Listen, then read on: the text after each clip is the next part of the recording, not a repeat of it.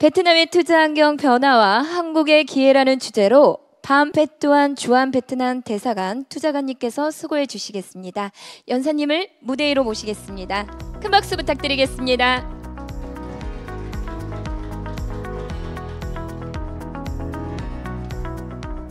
네, 밤페뚜안 투자관님은 IPCN 사무관, 해외투자청 투자촉진과 사무관을 거치셨습니다. 안녕하십니까. 저 주한 베트남 대사관 밤페뚜안 투자관입니다. 여러분 이렇게 만나 뵙게 되어 반갑고요. 저는 마지막 발표자고요. 그리고 중국, 일본, 인도 중에는 베트남은 인구적으로도 제일 작고요. 국력도 상대적으로 제일 아직 좀 노력해야 되는 그런 사항이 많이 있습니다. 그래서 저도 마지막 발표자이기 때문에 제가 3시까지 맞춰서 제가 준비한 그런 자료로 말씀드리도록 하겠습니다.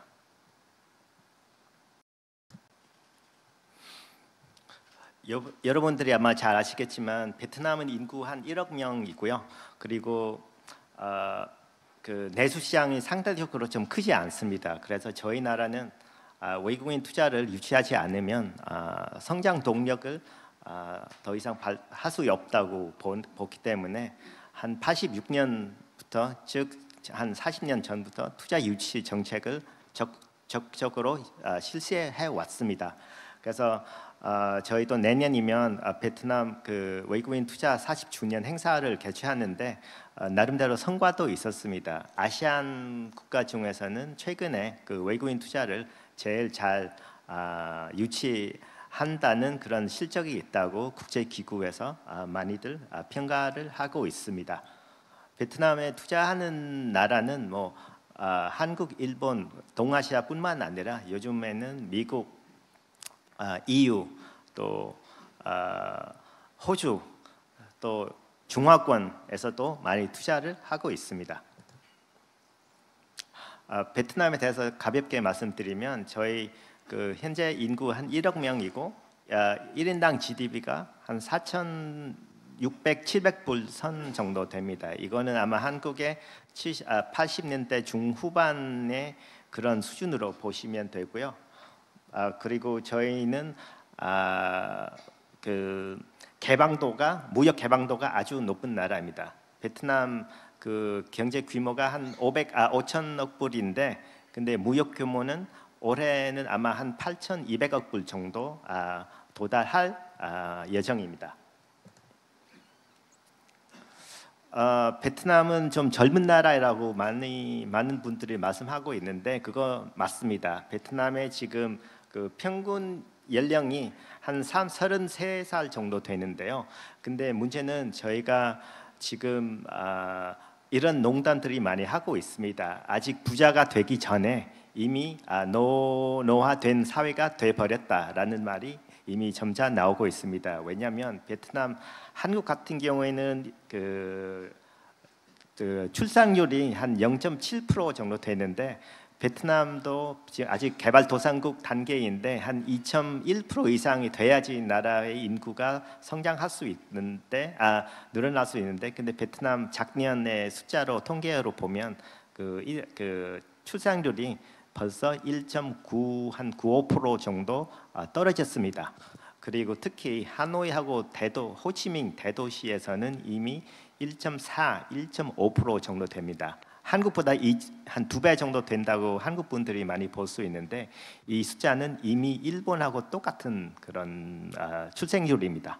그래서 베트남한테도 앞으로 경제 성장하는데 정말로 해결해야 되는 큰 과제라고 저희가 볼 수 있습니다.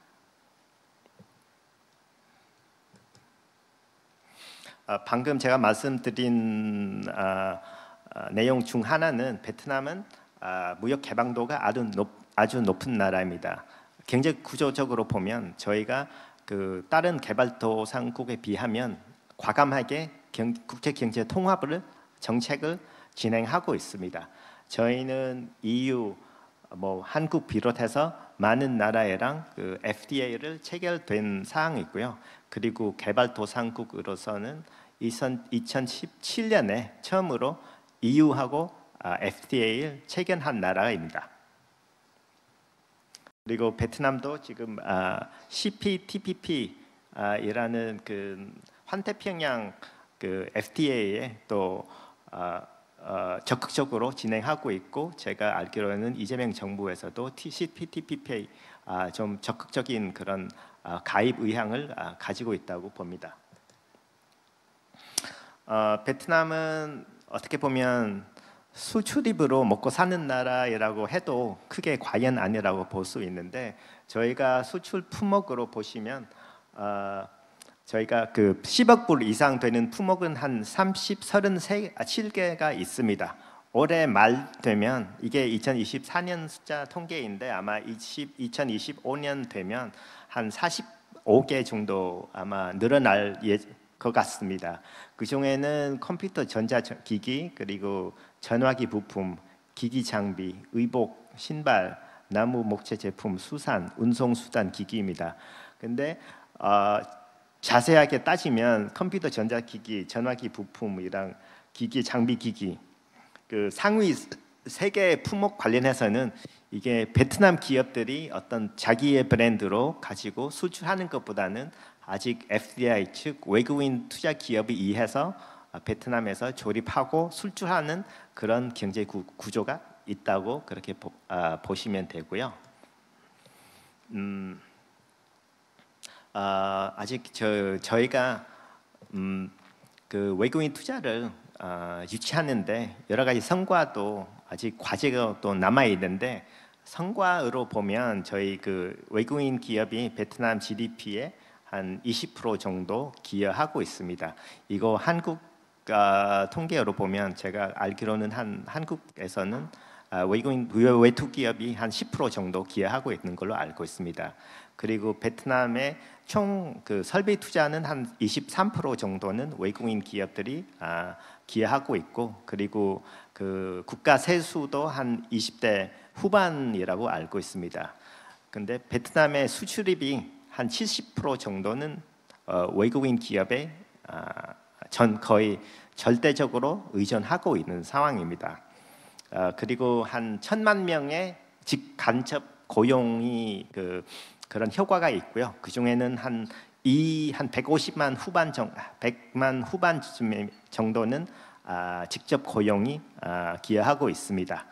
근데 또 한편으로는 저희가 또 이런 여러 가지 그 외국인 투자를 유치하는데 여러 가지 과제가 남아 있습니다. 그 중에는 FDI 그 외투 기업에 많이 의존하다고 저희가 또 스스로 판단하고 있고, 저희가 앞으로는 외국인 투자 기업한테 의존도를 낮추면서 베트남 기업들이 좀 스스로 성장하고 나라가 좀 어느 정도 더 균형적으로 발전할 수 있도록 여러 가지 정책을 실시하고자 합니다.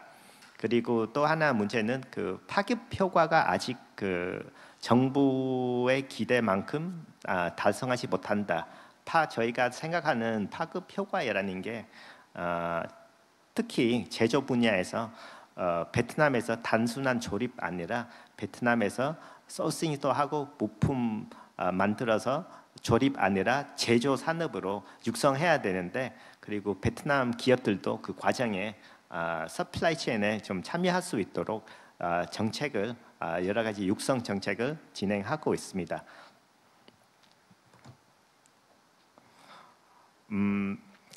베트남의 한국 기업들이 제가 좀 이따가 베트남에서 일하는 나라가 아주 깁니다. 저희가 그 해안이 길이가 한 3,500km 정도 되는데, 그 수도는 하노이 북부에 있고, 그리고 경제 수도라고 많이 불리는 호치민시는 남부에 있습니다. 하노이에서 호치민까지는 한 1,500km 정도 직선으로 되고요. 비행기 타면 한 2시간 정도 걸립니다. 지금 고속철도가 없는 상황에서 고속철도라든지 차로 가면 한 25시간에서 30시간 정도 걸립니다.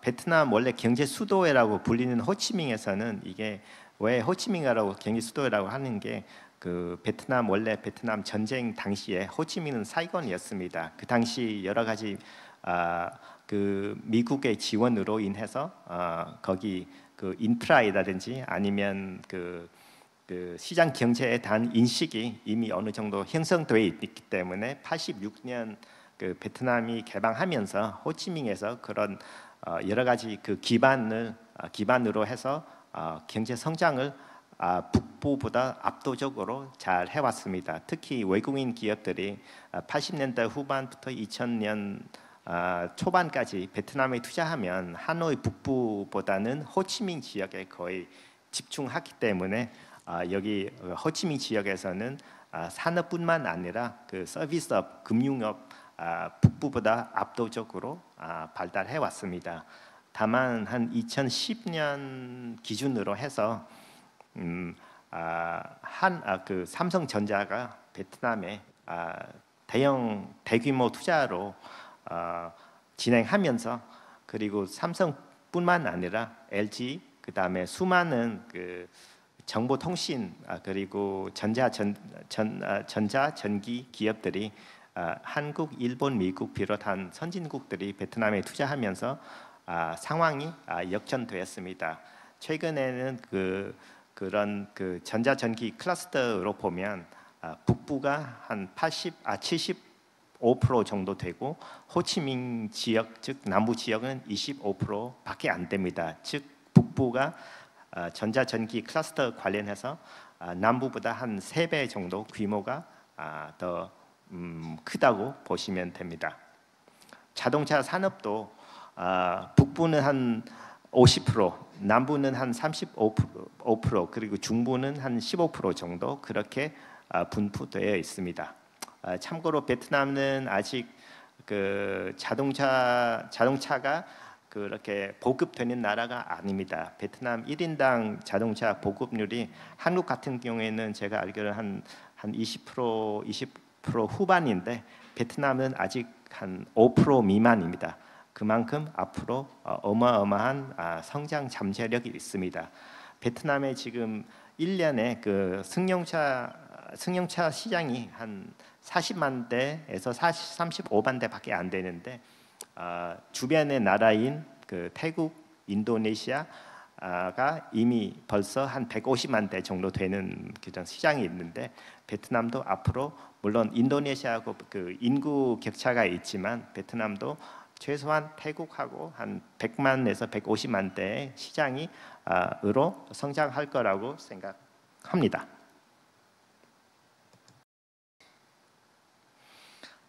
방금 제가 북부에 왜 많은 기업들이 투자하냐 그러면 물론 북부는 최근에 정부에서 대대적인 인프라 구축이라든지 여러 가지 측면도 있습니다만은 그 남부가 그 지리적으로 북부에 비교할 수 없는 그런 약점이 있습니다. 즉 북부는 바로 중국 국경이 붙어 있기 때문에 그 차이나 플러스 원 그 많은 기업들이 차이나 플러스 원 정책을 실시할 때 북부로 선호합니다. 왜냐하면 베트남 북부에서 중국의 센젠 그 광동 지역으로 차로 한 1000km도 안 됩니다. 한 600에서 800km 정도 되는데 트럭으로 이동하면 한 15시간 안으로 그 공급망이 형성되어 있기 때문에 여러 가지 물류상 그 압도적으로 호치민뿐만 아니라 다른 동남아 국가에 비해도 압도적으로 그런 공급망상 그 편의성이랑 물류 비용이 절약할 수 있기 때문에 많은 기업들이 중국에서 벗어나갈 때 베트남의 북부 지역에 선호하고 있습니다. 베트남은 그 개발도상국이다 보니까 그리고 사실 몇 년 전만 해도 베트남 정부에서 인프라에 그렇게 정말로 한국 같은 경우에는 70년 초반부터 나라가 예산이 부족한 그런 당시에도 그 경부 고속도로를 건설했는데 베트남은 아직 그 지금 한 1인당 GDP 5,000불 정도 되는 상황에서도 아직 남부 고속도로 개통 못하는 상황입니다.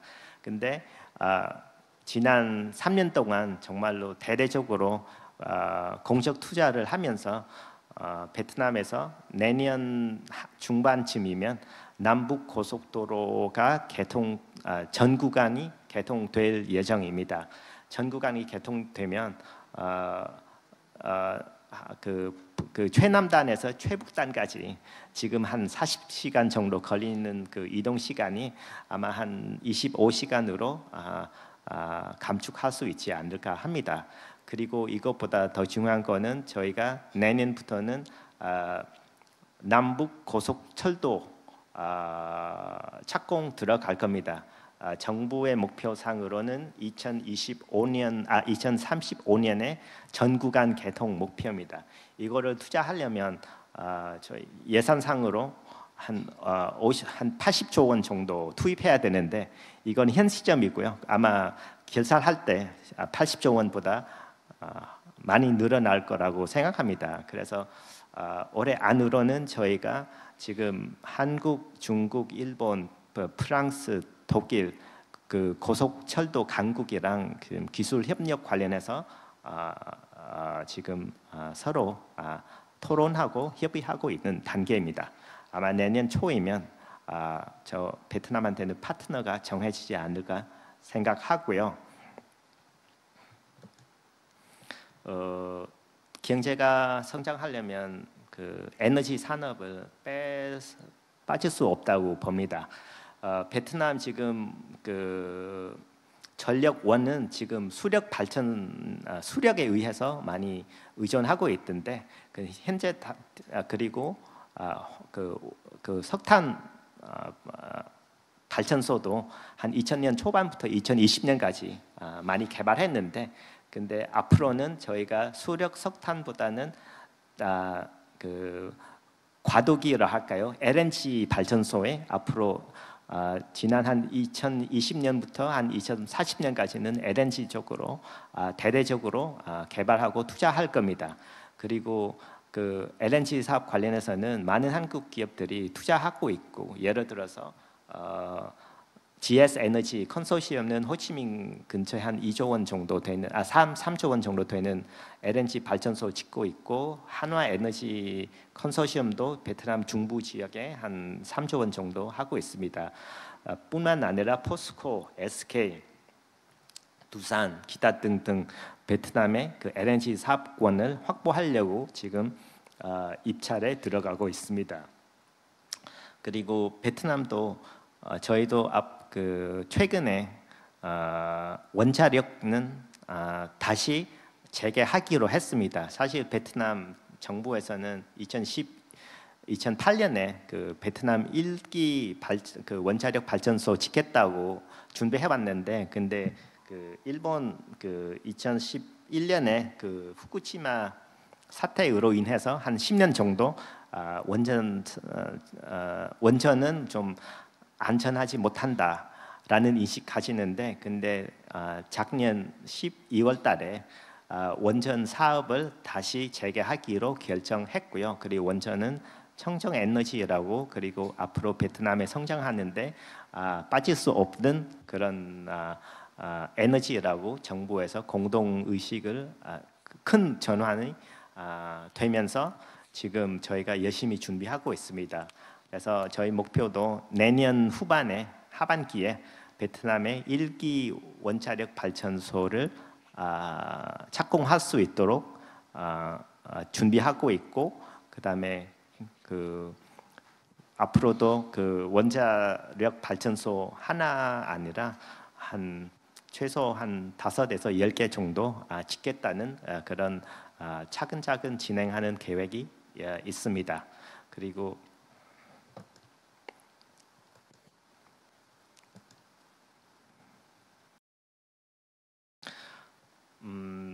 올해 8월 달에 베트남의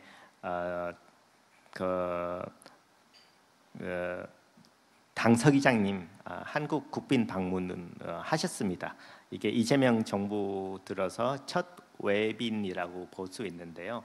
거기서 양국이 여러 가지 분야에서 협력하자고 하는데, 그 중에는 한국 정부 측에서는 원전 및 그 고속철도 우선적으로 베트남하고 협력을 의향을 밝힌 바가 있고 베트남도 적극적으로 한국하고 협의해 보겠다라는 그런 피드백을 드렸고 지금 그 실무적으로 진행하고 있습니다.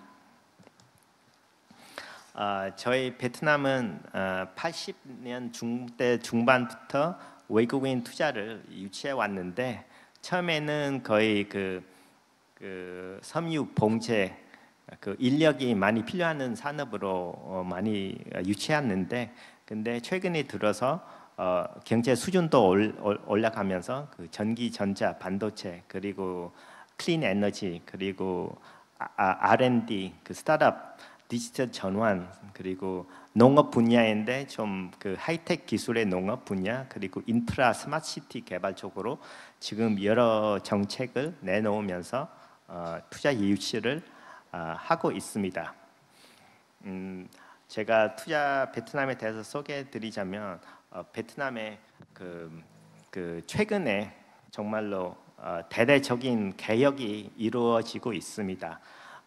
베트남의 역사를 돌이켜 보면 86년에 또이머이라는 단어 있었는데 그때 그 쇄신 개혁이라는 단어 있습니다. 즉 86년에는 86년 전에는 베트남에서 기획 경제 즉 사회주의 형식 경제로 나라가 어떤 목표를 세우면서 기업들이 그냥 거기에 따르겠다는 건데 근데 86년 이후부터는 기획 경제 아니라 시장 경제 모델로 도입했는데 근데 아마 거의 곧 40년 만에 베트남에서 대대적인 개혁이 이루어졌습니다. 크게 보면 1차적으로는 조직 개편입니다. 베트남에서 지난 3월 달에 정부 조직 개편을 대대적으로 진행했는데요. 원래 베트남 중앙정부 부처가 한 35개 정도 있었는데 올해 3월 달에 한 20개로 그래 통폐합하면서 줄어들었습니다. 저도 원래 베트남에서 그 기획투자부라는 부처에서 정부 중앙 부처에서 일했는데 근데 3월 달에 저희 부처랑 재정부하고 통합이 되면서 새로운 이름으로 재정부라고 그렇게 불렀습니다. 참고로 베트남 재정부의 기능으로 보면 한국의 기재부 기능의 산업단지, 경제특구 그리고 외국인 투자 그다음에 금융위라는 기능을 얹혀서 하는 거대한 그 8만 명 정도 되는 그런 거대한 정부 조직입니다. 그뿐만 아니라 베트남 지난 여름 7월 달에 그 베트남에서 원래 63개 성도 있는데 근데 7월 달에 그 33개로 통합하면서 거의 반으로 줄었습니다. 그래서 베트남에서 또 최근 그 많은 분들이 자기의 고향도 또 새로운 이름으로 다시 기억해야 되는 그런 상황이 있고요. 그래서 베트남은 지금 앞으로도 계속 대대적으로 여러 가지 개혁 정책을 진행하고 있는데 한국에서는 빨리빨리라는 말이 있는데 베트남에서는 어떻게 보면 좀 느긋한 그런 분위기이지만 최근에 정말로 거시 정책으로는 한국보다 더 빨리 진행하는 것 같습니다. 거의 의사 결정에서 진행까지 가는데 보통 3개월에서 6개월만 걸립니다. 저희도 뭐 방금 말씀드린 고속철도라든지 원자력 발전소라든지 사실 그것도 작년 말에 결정한 바 있는데 바로 올해 말 착공 또는 내년 착공 거의 준비 기간이 한 1년 반 또는 2년밖에 안 되는 거거든요. 어제 제가 그 이재명 대통령님이 원자력 발전 뭐 짓는다고 그러면 15년 정도 걸리는데 베트남에서는 이번에 그냥 원자력은 2030년까지 바로 어떻게 COD 할 수 있도록 그 지시가 떨어집니다. 그래서 한 6, 7년밖에 안 됩니다.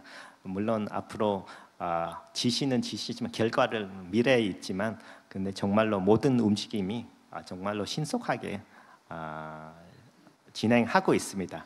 다만 그 거시 정책은 신속하게 진행하고 있는데 밑에서 실무적으로는 아직 그 적응해야 되는 단계입니다.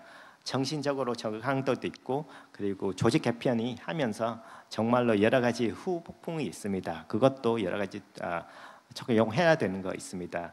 그 뭐 투자 관련한 이야기는 아니지만, 예를 들어 한 3개 성이 통합하면서 갑자기 도청이 원래 본인이 일하는 도청에서 한 300km 또는 400km 정도 떨어지면, 그러면 정말로 그 지방 공무원 입장에서는 2가지 선택밖에 없습니다. 사표 또는 본인이 집이 다시 뭐 그 한 집에서 좀 멀리 좀 가야 되는 거고요. 그리고 이것도 뭐 몇 년 준비 기간 없이 바로 결정이 되면 바로 실행으로 옮기는 거기 때문에 여러 가지 좀 정말로 많은 공무원들이 그 희생하면서 지금 일하고 있는 상황입니다. 물론 그 먼 미래 위해서 다 그 나라에 대해서 헌신하면 그거는 뭐 국가 입장에서 좋은 거지만,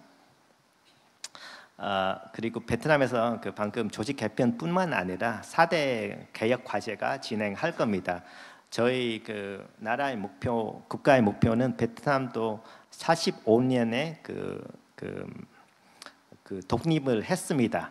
저희 목표는 2045년까지, 즉 20년 후에 베트남도 고소득 선진국에 진입해야 된다는 목표 있습니다.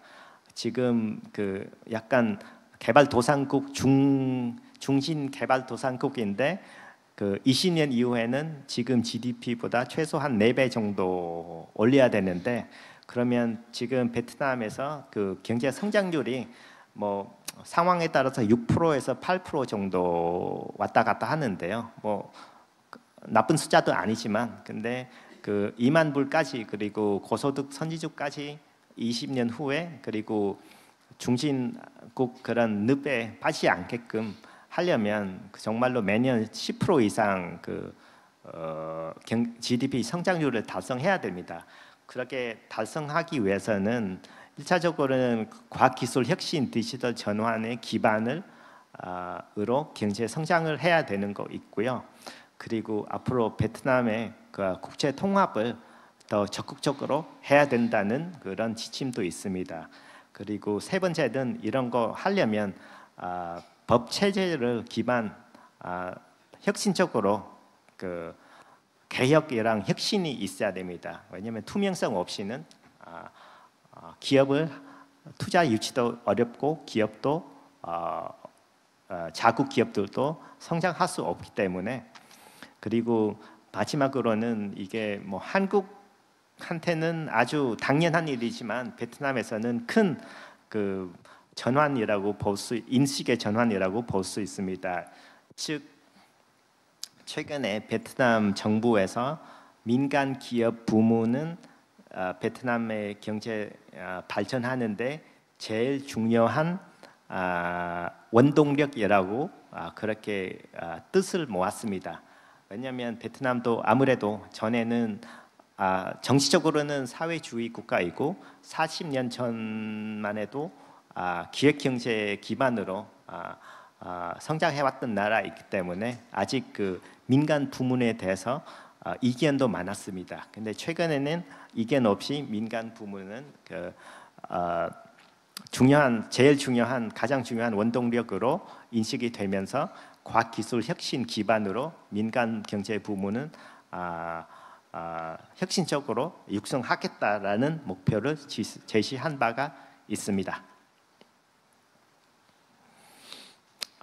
참고로 말씀드리면 베트남의 정치 구도가 좀 약간 좀 복잡할 수 있습니다. 그 나라의 총수가 한국 입장에서는 약간 애매할 수 있는데, 저희가 소위 빅4라고 많이 불리는데요. 그 서열상으로는 당서기장이 1위입니다. 그리고 베트남 국가 주석도 있는데 이 프레시던이라고 불리지만 그 서열상으로는 2위이고요. 그리고 국가 주석은 주로 대외 활동을 많이 하시는 그런 역할을 가지고 있고, 그다음에 총리도 있습니다. 베트남 총리는 사실 어떻게 보면 더 실권자라고 보시면 되면, 총리는 행정부를 가지고 있기 때문에, 그리고 한국 총리처럼 그 대통령이 뭐 언제까지 하라는 것 할 수 없고 5년이 보장이 되고요. 그리고 사위는 국회의장입니다. 베트남 법 체계도 한국하고 뭐 많은 나라랑도 비슷한데, 헌법위에서는 헌법 최상위에 또 그다음에 법, 그다음에 시행령, 그다음에 지양, 또 정부 간의 그 부처의 그 시행령이랑 안내문 또는 시행 규칙이 있습니다. 그리고 지방 성중부에서는 그 규칙 또는 그 안내 문서가 있습니다.